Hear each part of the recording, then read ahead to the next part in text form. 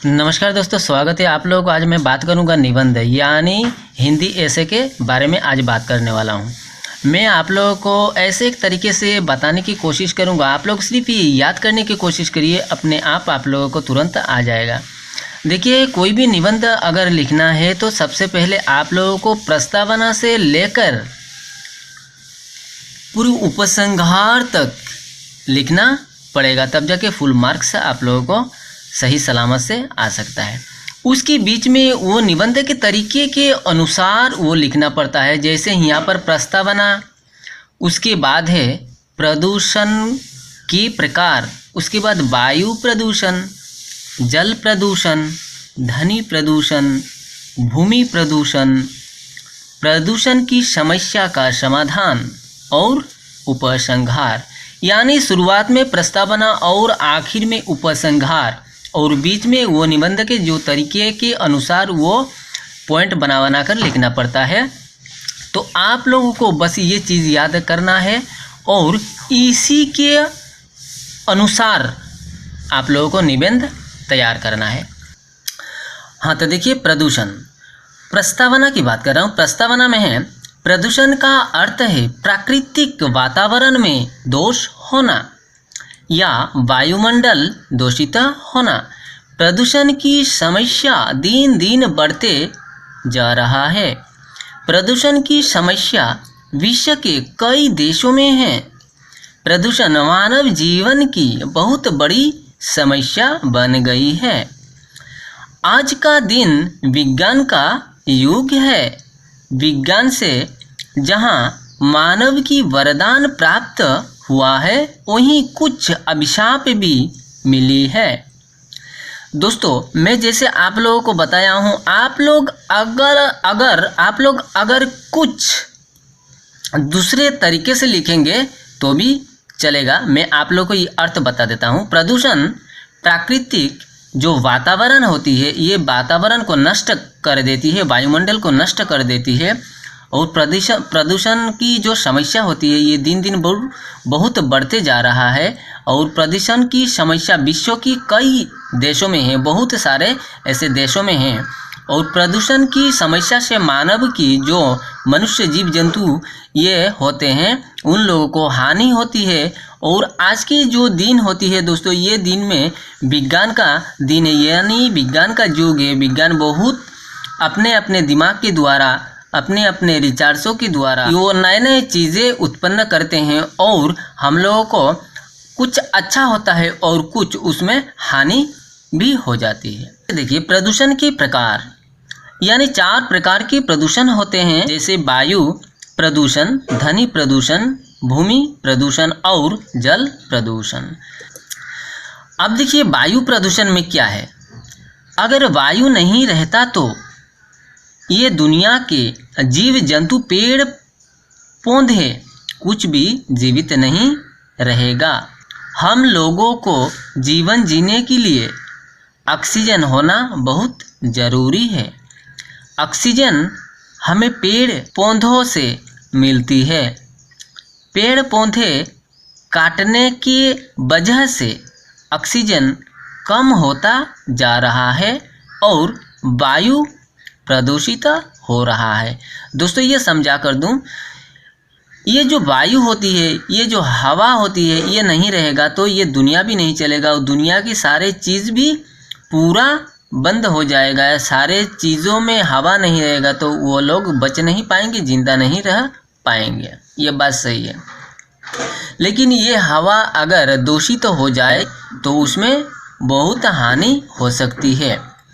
दोस्तों, ये जो पेड़ पौधे हम लोग काट देते हैं, और पेड़ पौधे काटने के बाद हम लोगों को हानि कैसे मिलती है। जैसे पेड़ पौधे से हम लोगों को ऑक्सीजन मिलती है, और ये ऑक्सीजन पेड़ पौधे के द्वारा हम लोगों को मिलती है। अगर पेड़ पौध नहीं रहेगा, पेड़ अगर नहीं रहेगा तो वो ऑक्सीजन हम लोगों को नहीं मिलेगा। हम लोगों को सांस में भी तकलीफ आ जाएगी, और सांस लेने में भी हम लोगों को शुद्ध जो वायु होती है वो वायु हम लोगों को नहीं मिलेगी। हम लोगों को बहुत प्रॉब्लम हो सकती है। अब जैसे मैं बोल रहा हूँ, आप लोग थोड़ा अपने तरीके से अगर लिखेंगे तो भी कोई बात नहीं, लेकिन वायु प्रदूषण की उसका जो पॉइंट है वो पॉइंट रहना चाहिए। अब चलिए आगे बढ़ते हैं। अब यहाँ पर देखिए जल प्रदूषण। जल के और एक नाम जीवन है। जल नहीं होने से जीवन जीना नहीं जा सकता।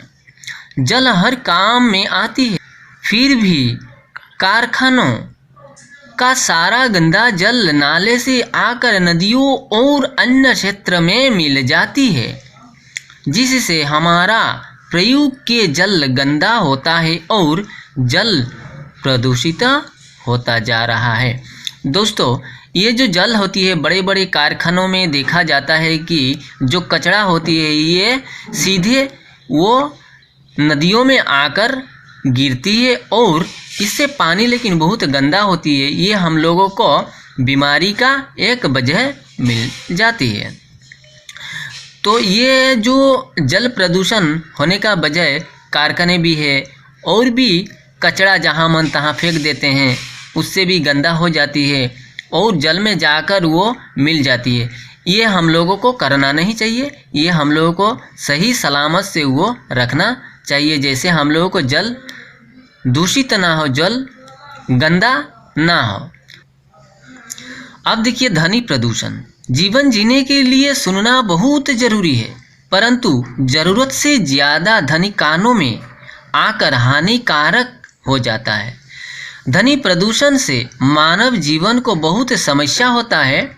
मोटर, कार, ट्रैक्टर, कारखानों की ध्वनि से ही ध्वनि प्रदूषण होता जा रहा है। हम लोगों को जितना आवाज़ चाहिए उससे ज़्यादा अगर हम लोगों को कानों में आकर ज़रूरतमंद से ज़्यादा जो आवाज़ आती है वो हम लोगों को हानिकारक हो जाती है। सुनने में भी अच्छा नहीं लगता हम लोगों को, कानों में भी हम लोगों को प्रॉब्लम होती है। इससे हम लोगों को बहुत तकलीफ़ें महसूस होती है और हम लोगों को कष्ट भी होती है। तो अब देखिए ध्वनि प्रदूषण जो होती है ये बड़े बड़े कारखानों, बड़े बड़े जो मोटर, कार जो रहती है और कारखानों से जो आवाज़ निकलती है, ये हम लोगों को जो कानों तक आकर ज़रूरतमंद से ज़्यादा जो आवाज़ आती है ये हम लोगों को बहुत तकलीफ़ होती है और हम लोगों को हानि पहुंचा सकती है। अब चलिए आगे जानते हैं। अब देखिए भूमि प्रदूषण। फसल बढ़ाने के लिए भूमि में विभिन्न प्रकार की कीटनाशक, रासायनिक खादों का प्रयोग किया जाता है। देखिए हम लोग खास करके करते हैं क्या, जब फसल कम होती है, फसल को ज़्यादा पाने के लिए, ज़्यादा बढ़ाने के लिए हम लोग ये जो दवा होती है, कीटनाशक दवा, रासायनिक, ये सब का इस्तेमाल हम लोग करते हैं फसल ज़्यादा से ज़्यादा पाने के लिए, जिससे भूमि प्रदूषण होता है। उससे क्या होता है, भूमि को प्रदूषित यानी प्रदूषण होता है और उससे उत्पन्न होने वाला फसल प्रदूषित होता है। उससे उत्पन्न होने वाला जो फसल होती है, जो अनाज हम लोगों को मिलता है, वो लेकिन प्रदूषित हो जाती है। हम लोग जब उस फसल के अनाज खाते हैं तो स्वास्थ्य पर हानिकारक प्रभाव पड़ता है और नए नए बीमारी पैदा होता है। वो जब हम लोग फसल खाते हैं तो वो फसल खाने के बाद हम लोगों को क्या होती है, वो जो सांस की फेफड़ों होती है उसमें हानि पहुंच जाती है और हम लोगों को नए नए बीमारी का लक्षण दिखाई देती है। अब देखिए प्रदूषण की समस्या का समाधान।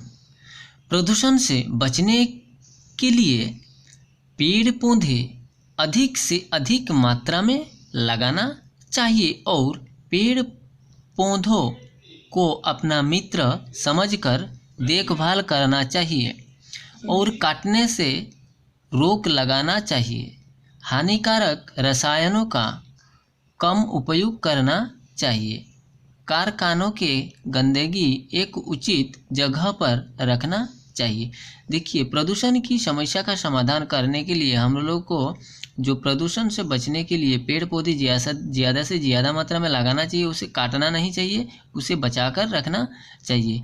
और होता है क्या, जो कीटनाशक जो हम लोग भूमि में प्रयोग करते हैं वो कम करना चाहिए।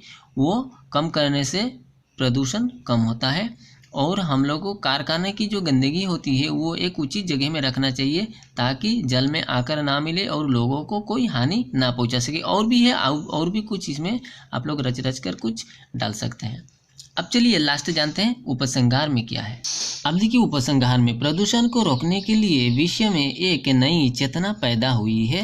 अगर वातावरण नष्ट होने से नहीं रोक लगाया जाए तो मानो ये दुनिया नष्ट हो जाएगी और सब कुछ बेकार हो जाएगा।